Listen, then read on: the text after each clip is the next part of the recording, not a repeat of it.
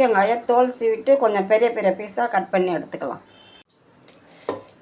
பீக்கங்காய் கூட்டு தான் செய்ய போகிறோம். அதுக்கு ஒரு 100 கிராம் கடலப்பருப்பை 1 மணி நேரம் ஊற வச்சு இதில் சேர்த்துக்கலாம். அது கூட ஒரு 10 பல் பூண்டு, ஒரு பச்சை மிளகாய், கொஞ்சம் கருவேப்பிலை, ஒரு தக்காளி, ஒரு வெங்காயம், ஒரு சின்ன துண்டு பெருங்காயம், இது எல்லாத்தையும் போட்டு கொஞ்சம் மஞ்சத்தூள் போட்டு தண்ணி ஊற்றி குக்கரில் ஒரு 4 விசில் வர வரைக்கும் வேக வச்சு எடுத்துக்கலாம்.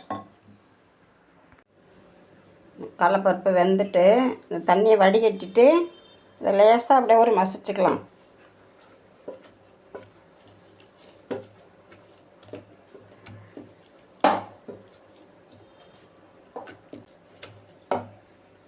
கடாய் வச்சு 2 ஸ்பூன் எண்ணெய் விட்டுருக்கேன். கொஞ்சம் கடுகு உளுத்தம் பருப்பு சேர்த்துக்கலாம். கடுகு நல்லா பொரியட்டும். கொஞ்சமாக ஜீரகம், அதே 10 சின்ன வெங்காயம் கீரி போட்டிருக்கேன். பூண்டு நசுக்கி வச்சுருக்கேன், அதையும் போட்டுக்கலாம். நல்லா வதங்கட்டும். வெங்காயம் பூண்டு எல்லாம் நல்லா வதங்கிட்டு பீக்கங்காய் கட் பண்ணி வச்சுருக்கேன், அதை சேர்த்துக்கலாம். இது கொஞ்சம் விதை முத்தலாக இருந்ததுன்னா எல்லாத்துலேயும் விதையை எடுத்துகிட்டு போட்டிருக்கிறேன். பிஞ்சாக இருந்ததுன்னா நீங்கள் அப்படியே போட்டுருங்க. இது கூட மஞ்சள் தூள் கொஞ்சம் சேர்த்துட்டு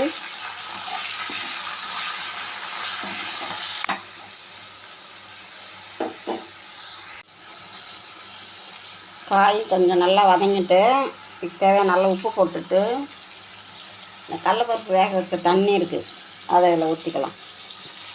காய் வேகட்டும். இன்னும் கொஞ்சம் தண்ணி சேர்த்து கூட காய் நல்லா கொஞ்சம் வெந்துட்டு நம்ம அதோட வேக வச்ச கடலப்பருப்பை, காய் கம்மியாக இருக்கிறதுனால நீங்கள் காய்க்கு தகுந்த மாதிரி பருப்பு ஊற வச்சுங்க, வேக வச்சு எடுத்துக்கோங்க. காய் கம்மியாக இருக்குது, பருப்பு கொஞ்சம் அதிகமாக இருக்குது. விதை எடுத்ததுனால காய் கம்மியாயிட்டு. இந்த காய்க்கு கொஞ்சம் ஜீரகம், கொஞ்சம் தேங்காய் கம்மியாக தான் வச்சுருக்கேன், இதை அரைச்சிக்கலாம்.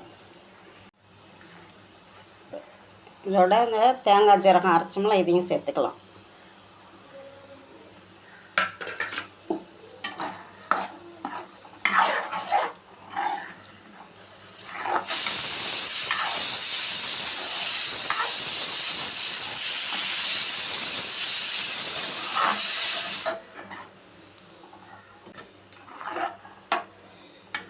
இது ஒரு கொதி வந்தோன்னா நம்ம ஆஃப் பண்ணிட வேண்டியதான். கொஞ்சம் மல்லித்தலை தூவி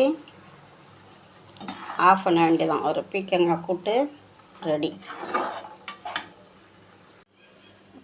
சுவையான பீக்கங்காய் கூட்டு ரெடி. இது சாதத்தோடையும் பிசைஞ்சு சாப்பிட்லாம். காரக்குழம்பு வச்சு சைடிஷாக சாப்பிடும்போது டேஸ்ட்டு ரொம்ப சூப்பராக நல்லாயிருக்கும். இப்போ டேஸ்ட்டு ரொம்ப நல்லாயிருக்கு. ட்ரை பண்ணி பாருங்கள். லைக் பண்ணுங்கள், ஷேர் பண்ணுங்கள், கமெண்ட் பண்ணுங்கள்.